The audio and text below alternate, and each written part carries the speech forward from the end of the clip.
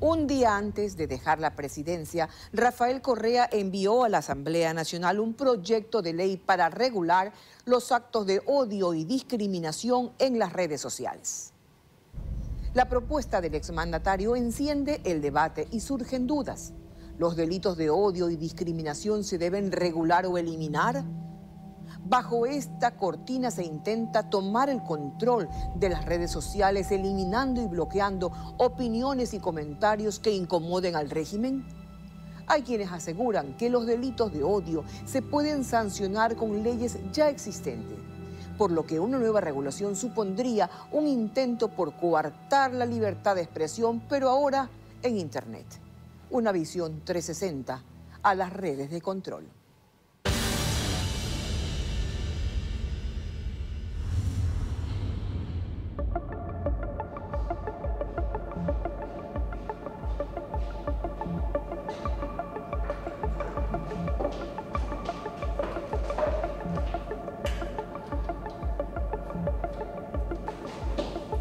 Internet cambió nuestra forma de vida de muchas maneras, pero particularmente la de informarnos y comunicarnos. Una sola persona que tenga una cuenta en Facebook puede leer noticias, chatear, compartir información, subir fotos, grabar en vivo lo que está haciendo. Como yo, 11 millones de personas en el Ecuador tienen una cuenta en Facebook. Y más de 1.000 millones de usuarios alrededor del mundo utilizan esta red. Algo similar ocurre con otras redes sociales como Twitter, Instagram, Snapchat, entre otros. Estamos hablando de que ahora mismo están conectadas millones de personas consumiendo información, compartiéndola, opinando libremente y sin restricciones. La opinión en sí misma no es un problema. El problema es la viralización. Esto puede ser una herramienta poderosa para lograr que el mensaje llegue a miles de personas en cuestión de minutos y se convierta en el contrapoder para los gobiernos, que no tienen normas legales para controlar a las redes sociales. Por eso, ahora descansa en la Asamblea una propuesta de ley que intenta regularlas. La envió el expresidente Correa, un día antes de su salida. El proyecto de 8 páginas se llama Ley que regula los actos de odio y discriminación en redes sociales e Internet. El documento plantea, entre otras cosas, que los proveedores de redes sociales designen a una persona permanentemente en el Ecuador, que monitoree el contenido en redes, bloquee y elimine información que se considere ilícita, sin pasar por una autoridad de justicia. Esto ya ha desatado el debate. Una de las voces críticas a varios intentos del gobierno del expresidente Correa por regular Internet es el experto en telecomunicaciones Juan Carlos Solines. Y luego dice ley que regula los actos de odio. Una ley no está para regular actos de odio ni actos de discriminación. Una ley está para erradicar o eliminar actos o prohibir actos, no para regularlos. La idea es que haya una ley que se enfoque específicamente en quienes proveen el Internet, en quienes ponen a disposición estas plataformas de redes sociales y también hacia los usuarios. Pero lo importante detrás de eso es que uno de los principios básicos del Internet, del funcionamiento del Internet, es justamente la ubicuidad. ¿Qué significa? Que está en todas partes, pero no está en ningún lado en concreto. Como es una red de redes, entonces resulta que un servidor puede estar alojado en Estados Unidos. La compañía que genera un contenido o un entretenimiento o una plataforma puede estar en Europa, en España. Y quien sube el contenido utilizando estas redes puede estar en China. Entonces, ¿qué legislación aplica? ¿Qué jurisdicción aplica? El gobierno intentó, a través de la Ley Orgánica de Comunicación, aprobada hace un poco más de 3 años, introducir plataformas tecnológicas dentro de la ley. Es decir, que no solamente la ley regule a los medios tradicionales de radio, televisión, incluso prensa que se le incluyó en la ley, sino que quería también que regule plataformas tecnológicas. Ahí algunas personas dimos una lucha sin cuartel y logramos que se elimine el tema de plataformas tecnológicas. Entonces ahí lo que buscaban era que la ley aplique a todo el Internet, incluidas las redes sociales. Es decir, esto ya se discutió en el 2013 y quedó fuera del debate. Mauro Ondino, ex asambleísta por país, participó en la elaboración de la Ley de Comunicación. El artículo 4 de la Ley Orgánica de Comunicación determina que no se puede regular o controlar el Internet. Es una ley orgánica. Así que a los señores asambleístas que en algún momento puedan conocer este proyecto tendrán que hacer también una revisión minuciosa del contenido de la Ley Orgánica de Comunicación y lógicamente también de los tratados y convenios internacionales de los cuales el Ecuador es parte y la Constitución de Montecristi. En el artículo 16, allí se establece que los ciudadanos y las ciudadanas tienen o tenemos derecho de acceso a la comunicación y a la información. Y también tenemos derecho pues, a estas redes de carácter internacional. Pretender limitarnos o pretender coartar ese derecho sería atentar en contra de una garantía que está consagrada en la Constitución y en los instrumentos internacionales y en la propia Ley Orgánica de Comunicación. Otro de los puntos críticos que establece el proyecto de ley es que los reportes trimestrales que deberán hacer los proveedores de redes sociales deberán entregarlos al Ministerio de Justicia. Esta institución también podría sancionar hasta con 1.000 salarios básicos, es decir, unos $375.000.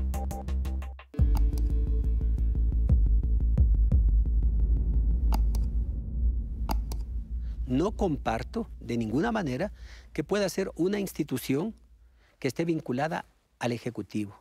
Debe haber independencia y por ello yo he planteado y vuelvo a ratificarme de que debería ser, por ejemplo, un juez de garantías penales, el que conozca en primera instancia y si hay una apelación, pues que suba a segunda instancia a la Corte o al organismo competente, pero dentro del ámbito judicial, no dentro de un organismo que es un ministerio y que depende del Ejecutivo, porque de esa manera garantizaremos ese derecho de los ciudadanos y ciudadanas para hacer valer el mismo. Y también quien se sienta a lo mejor acusado por haber violado alguna disposición de este proyecto de aprobarse, igual pueda hacer uso de su legítima defensa. En Ecuador existen casos de personas sancionadas judicialmente por opiniones publicadas en Twitter. Una de ellas fue la ex concejala de Loja y ahora asambleísta por Creo, Yanín Cruz, quien por escribir este tuit mencionando al alcalde de Loja, José Bolívar Castillo, afín al partido oficialista, fue sentenciada con el Código Penal y pasó 30 días en la cárcel. La tecnología nos permite obviamente interactuar, intercambiar conceptos e ideas. Y si a usted no le gusta a alguien, yo le digo, he sido muy ofendida por gente muy cercana al alcalde, porque él también maneja un troll center en el municipio, he sido insultada, injuriada las veces que usted pueda entender que uno se somete obviamente a la crítica pública. Pero yo lo que hago es coger y eliminar comentarios que obviamente me ofenden o bloquear a personas que yo sé que vienen direccionadas a insultarme. No necesito empezar a demandar y a perseguir a personas cercanas del alcalde, porque obviamente ellos cumplen el rol que quiere el alcalde, de perseguir a las personas que pensemos distinto. Y me pongo a pensar que si el expresidente Correa, él es el menos indicado para lanzar una ley que va en contra, obviamente, de evitar el odio en redes sociales.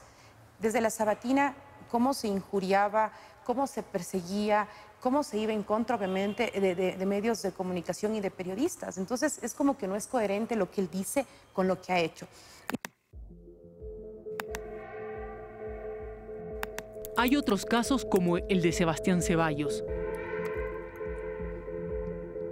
Y el más reciente, el de Luis Eduardo Vivanco, director de Diario La Hora, quien posteó este tuit el 14 de abril y se viralizó rápidamente. Unas semanas después, recibió una citación de la Fiscalía. Lo demandó el Ministerio del Interior. La fotografía es del dinero incautado en un operativo del narcotráfico en el que estaba vinculado un capitán de policía. Y el tuit mío no detalla el nombre de nadie, ni ninguna institución, ni la revolución es una palabra de propiedad de nadie. ¿Qué quiere decir descansar? ¿Qué quiere decir revolución? Revolución sexual, revolución ciudadana, revolución industrial, revolución lo que sea. Y al final de cuentas, sea cual fuera la interpretación que le puedan dar las personas a mi tuit, es en el fondo básicamente una opinión y es una opinión que está sustentada en mi legítimo derecho a expresarme, ¿no? En redes sociales en este caso. Pero tal vez sí mandar un mensaje a través mío al resto de periodistas de que, ojo, ten mucho cuidado con lo que vayas a opinar en redes.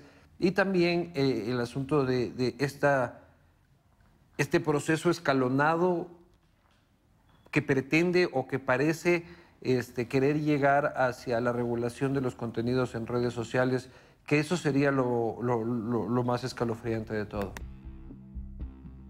Si ha habido sentencias con el Código Penal, entonces, ¿para qué este proyecto de ley? ¿Qué es lo que están diciendo en otras palabras? Sí, hay leyes, en el COIP están normas que regulan cualquier actividad ilícita o ilegal en el Internet, pero todavía no podemos sancionar rápidamente o todavía no tenemos casos claros, cosa que es falso, ¿no? Existen casos. Entonces, claro, lo que está detrás de esto es que no tienen un mecanismo expedito para bloquear contenidos y para sacar información del aire. Solines se refiere al artículo 5, numeral 2 del proyecto, que especifica que se deberá remover o bloquear el acceso al contenido manifiestamente ilegal en el plazo de 24 horas. Lo que se pretende es evitar que una información se viralice, sea bloqueada rápidamente sin un proceso legal. Pero de esto ya se venía advirtiendo. Porque vendrá mucho más. Anoten, jóvenes que me escuchan, tuiteros queridos, pronto nos vamos a reunir. La batalla también en las redes. Y es una batalla que tenemos que ganar y vamos a ganar, compañeros, porque los honestos somos más. Yo voy a defender mi honra y voy a defender la de ustedes, porque hoy es conmigo, mañana será con cualquiera de ustedes. Hay que regular las redes sociales. No tengamos miedo. Se insulta, se difama, se ofende. Es como que se transforma un Dr. Jekyll a Mr. Hyde. El detonante de esta ley está en la última campaña electoral, donde los mensajes incómodos no se pudieron controlar en redes sociales por su capacidad de viralización, a diferencia del contenido en los medios tradicionales, que está constantemente bajo la lupa de la Supercon. No solo hay leyes para sancionar los delitos de odio y discriminación en la web, las plataformas digitales tienen sus propias políticas de seguridad y bloqueo. Pero por encima de todo esto, existe una resolución de las Naciones Unidas en el 2012 que establece que los derechos de las personas tienen igual validez tanto afuera como dentro de Internet. Muchas son las voces que se manifiestan sobre este tema, pero por ahora todo está en manos de la Asamblea. Yo creo que toda ley tiene que ir dirigida a la protección y garantía de derechos. Y va más allá de a quién esté dirigido este momento el proyecto de ley, nosotros vamos a trabajar para que esa ley garantice y proteja el pleno ejercicio de derechos. ¿Usted cree que viola un poco la libertad de expresión? No, lo que yo le puedo decir es que es una ley que más allá de para quién está dirigida, es una ley que tiene que garantizar y proteger derechos. Y nuestra perspectiva es que se debata esa ley o el contenido de esa ley lo más ampliamente posible. Solamente cuando lo haya debatido toda la sociedad ecuatoriana, que podrá demorar 4, 5, 6 meses, un año, ¿no es cierto?, procesaremos el tema ya de manera específica alrededor del Consejo de Administración de la Legislatura y remitiremos a la comisión respectiva. Los asambleístas tienen un reto: partir de un proyecto que no se ajusta a las leyes superiores ya existentes, además a una serie de interrogantes sobre esta propuesta del expresidente, como ¿quién decide qué es un contenido de odio y discriminación? ¿O cómo se cumpliría el artículo 6 de la ley que exige que la gestión de reclamos debe ser supervisado por la máxima autoridad de la red social? Es decir, que Mark Zuckerberg, fundador de Facebook, deberá él mismo revisar todos los reclamos que se hagan en Ecuador. Bueno, en el debate se sabrá cómo lo resolverán. Mientras tanto, el buen uso o no que le demos a Internet no pasa solo por regulaciones o prohibiciones, sino por educación. Y en una sociedad donde el sistema educativo se resiste al uso de dispositivos móviles en lugar de utilizarlos como herramientas, nos dice mucho de cuánto nos hace falta por aprender a sacar provecho de las nuevas tecnologías.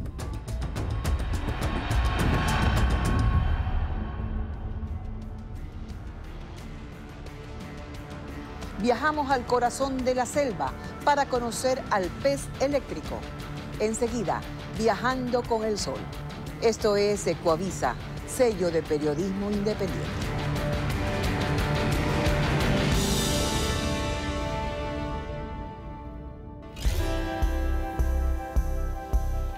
Realizar largos trayectos en la selva amazónica es difícil. Pero en lo más profundo de la selva hay una nueva forma de moverse. Un barco que funciona con energía limpia, con el poder del sol.